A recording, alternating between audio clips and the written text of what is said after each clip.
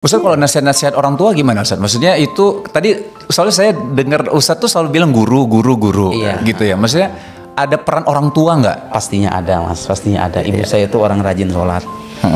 Jadi sholat duha, gak pernah ketinggalan, baca Quran. Artinya sosok yang religius ya.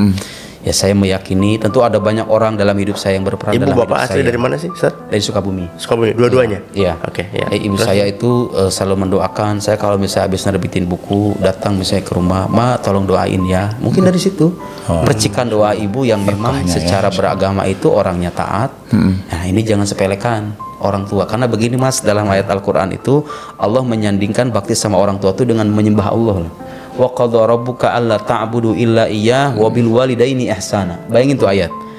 Allah telah menetapkan hendaklah kalian tidak menyembah kecuali Dia, menyembah Allah maksudnya. Itu satu ayat tuh, memerintahkan kepada manusia supaya menyembah Allah saja. Tahu kelanjutan apa? Wa bil walidaini ihsana. Kepada kedua orang tua kalian harus berbuat baik. Jadi kebayang nggak berbuat baik ke sama orang tua disandingkan dengan ibadah kepada Allah? Iya, iya. Itu ada rahasia agung di balik itu.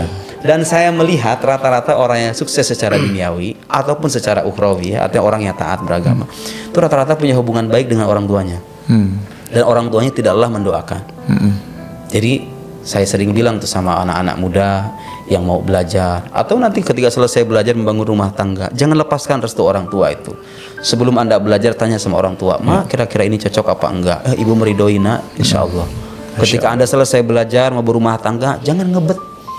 Karena belum tentu pilihan anak itu baik gitu loh. Kadang-kadang orang tua bisa melihat sesuatu yang tidak bisa Anda lihat loh.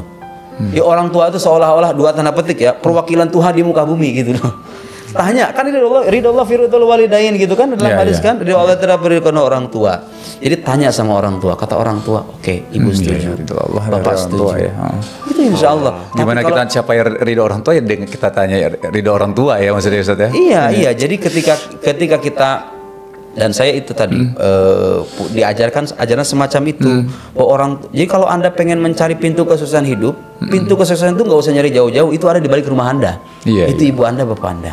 Pintu kesuksesan hidup. Iya. Tentu setelah itu ada guru, ada, pastinya ya. Kalau kita sudah berumah tangga ya pastinya istri, gitu ya. Itu kan istri kita juga ikut mendoakan. Tapi jangan sampai kehidupan berumah tangga itu menafikan pentingnya membangun relasi yang baik dengan orang tua. Sebaliknya Mas, orang yang punya hubungan buruk dengan orang tua itu biasanya tuh kehidupannya juga begitu kok. Kehidupannya juga buruk biasanya, biasanya. Jadi saya merasa mungkin ya itu tadi, kalau ibu sih nggak banyak beri nasihat, tapi banyak mendoakan. Ya suka memberikan nasihat bagaimana caranya kita, seperti yang tadi saya bilang, hidup dunia ini kita sebentar. Kita perlu belajar menanamkan kepasrahan, karena kita tidak hidup di dunia yang berjalan sesuai dengan yang kita mau. Kita sebagai hamba, kita hidup berjalan sesuai dengan skenario yang Dia mau. Solusinya adalah jalani kehidupan Anda, nikmati kehidupan Anda. Waktu Anda mendapatkan kebahagiaan, Anda bersyukur. Anda mendapatkan ujian, Anda belajar bersabar. Toh pada akhirnya kita akan mati berhadapan dengan Allah Subhanahu Wa Taala. Yang penting kita selamat selesai. Mau ngapa lagi? Insyaallah. Ya kan? Masya Allah. Ini